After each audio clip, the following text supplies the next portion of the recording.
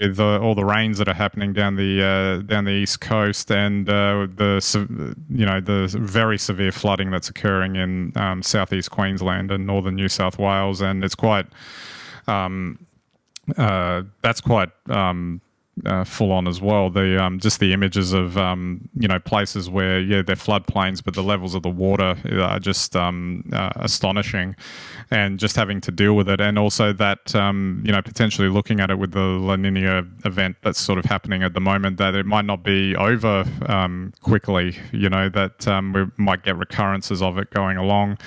You would think with most flooding events, they tend to play out where you get the initial deluge and the flooding, etc., and then it subsides. But in this particular instance, it might not actually be as quick as that this time. No, well, I mean, we're seeing extreme weather events, and they're having extreme consequences.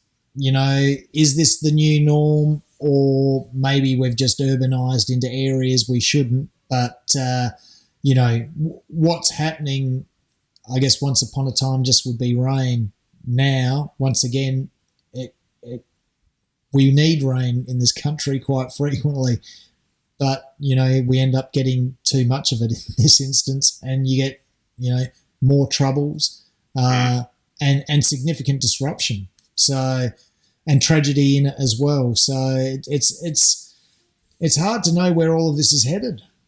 Absolutely. I mean, when you're thinking about 4 months worth of rain getting dumped in one day in an area, and just how the disruption and human cost attached to it is just kind of mind-boggling, and you have to really think about, again, where is this all going? What can we do about it in terms of that, the whole climate change stuff and all of that, and what actions can be taken? Whether do we have to suffer through these things X amount of times before the penny drops, kind of thing. Well, I think in a lot of ways it comes back almost to the sort of discussion about London. A lot of the designs or a lot of the ways of coping with these things, even 50 years ago or 60 years ago, you would probably still have the same tragedies in terms of people, having accidents or very serious situations in floodwaters, but the damage bill would be less, the damage to infrastructure,